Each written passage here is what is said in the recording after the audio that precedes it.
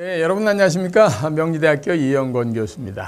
자, 경제용어 해설. 오늘은요, 여러분들이 유동성이라는 얘기를 참 많이 듣게 되실 텐데 이게 가슴에 와닿지 않는 분이 많다. 그리고 신문을 볼 때 유동성, 유동비율, 유동성 위험, 유동성 장세 이런 말들이 있는데 이게 도대체 무슨 말일까 하는 것 때문에 질문을 제가 많이 받습니다. 오늘 여기에 대해서 좀 편안하게 말씀을 좀 드려볼까요? 우선 유동성은 영어로 liquidity 이렇게 얘기합니다. liquidity라는 건 뭐냐면은 물 흘러가듯이 이런 뜻이죠. 액체란 뜻입니다. 그러니까 유동성이라는 건 아주 편안하게 움직일 수 있는 것 이런 뜻이죠. 일단 그 기업이 됐든 개인도 자산, 그러니까 자기가 갖고 있는 재산은 크게 두 가지로 나누죠. 하나는 고정자산이라는 게 있습니다. 고정자산은 집이라든가 건물이라든가 기계라든가 이렇게 함부로 움직이거나 팔 수 없는 것들, 공장 뭐 이런 것들을 보통 고정자산이다 이렇게 얘기를 하고요. 유동자산이라는 것은 1년 이내에 현금화를 할 수 있는 것들을 보통 유동자산이다 이렇게 얘기합니다.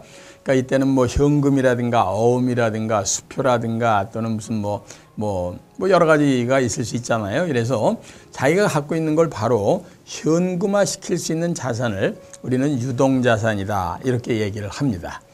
이때 유동성이라는 것은 바로 유동자산화 시킬 수 있는 능력 이런 뜻이 되겠죠. 아무리 제가 좋은 걸 갖고 있다 하더라도요. 부동산은 유동성이 높습니까? 낮습니까? 비교적 낮은 편이죠. 특히 임야 같은 부동산은 거의 유동성이 없다고 봐도 되죠. 근데 뭐 강남의 아파트다. 좋은 건물을 뭐 강남이나 이런 데 요지에 갖고 있다. 이럴 때 이거 유동성은 비교적 괜찮은 편입니다.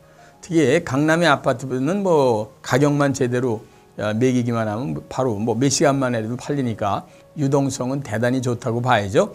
그래도 아파트나 이런 거는 일단 고정자산화돼 있다 이렇게 보는데 일반적으로 유동자산이라는 건 주식 같은 거, 그다음에 무슨 뭐 예금 같은 건 바로 가서 필요하면 은행에다가 얘기하고 돈으로다가 찾아올 수 있고요.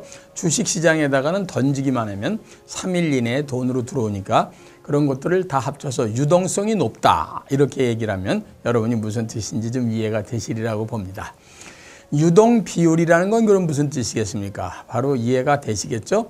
자기가 갖고 있는 모든 재산 중에 유동화시킬 수 있는 비율이 얼마나 되느냐. 제가 만약에 15개 재산을 가지고 있는데 건물이 9억 5천이에요. 그 5천만 원이 만약에 현금이다. 그러면 유동시킬 수 있는 건 뭐 5%밖에 안 되잖아요. 그러니까 유동 비율은 5%밖에 안 되는 거죠.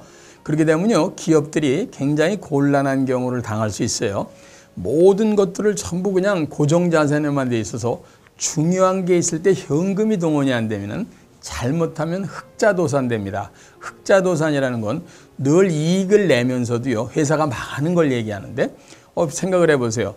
당장 팔아서 얼마든지 재산이 있는데 이게 현금화 시키지 못해갖고 돌아오는 어음을 못 맞는다든지 또는 줘야 될 돈은 단번씩 못 줘가지고 제가 담보로 집어넣고 있는 부동산이 날아가 버리는 경우가 생기겠습니까? 안 생기겠습니까? 당연히 생기죠.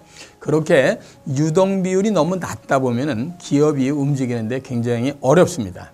여러분 개인도요. 유동 비율을 최소한 30-40%는 갖고 계셔야 된다 하는 게 정설이죠. 제가 만약에 10억의 재산이 있으면 한 5-6억 정도는 아파트에 들어가 있고 예를 들면 부동산이고 나머지 30-40%는 그래서 증권이나 예금이나 또 보험회사 같은 데 놓다가 급하면 바로 현금화 시킬 수 있는 걸 갖고 있어야 급한 일이 있을 때 뭐 부동산을 내놨을 때 안 팔려가지고 발을 동동 굴리는 이런 일이 없어야 될 거 아닙니까? 이런 거를 유동 비율을 적절히 갖고 있는다 이렇게 얘기를 하게 되고요. 그때 유동성이 없어서 생기는 회사의 흑자도산이 됐든 개인의 파산의 위험을 우린 유동성 위험이다 이렇게 얘기하면 좀 이해가 되시겠습니까? 그렇죠? 사실 우리 주변에 흑자도산하는 회사가 은근히 있습니다. 흑자도산이라 하면 돈을 열심히 벌고 잘 버는데 이상하게 현금이 흐르지 않아서 정확하게 막을 시점에 돈을 막지 못해서 부도가 나는 회사를 얘기합니다. 개인도 마찬가지잖아요. 그죠? 저거 팔면 있다. 얘기해봐야 소용없습니다. 팔 수 있는 걸 얘기를 해야죠. 네. 마지막으로 유동성 장세라는 얘기를 여러분이 들으실 텐데 유동성 장세라는 건 뭐냐면 주식시장하고 유동성이 합쳐져 있는 거죠. 굉장히 주식시장이 다른 것들은 별로 경기나 이런 건 좋은 것 같지 않은데 이상하게 돈이 많이 들어와서 뭐 투기 자금이나 이런 게 많이 들어와서 막 주식을 사요. 그런 거를 우린 유동성 장세다. 즉 움직이는 돈에 의해서 장이 좌우가 된다 하는 걸 유동성 장세다 이렇게 얘기합니다. 따라서 유동성 장세는 위험한 거죠.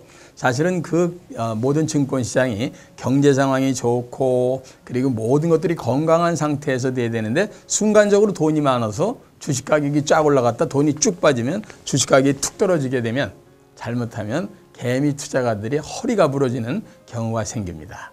오늘은 유동성과 유동 비율, 유동성 위험 그리고 유동성 장세에 대해서 정리해 봤습니다.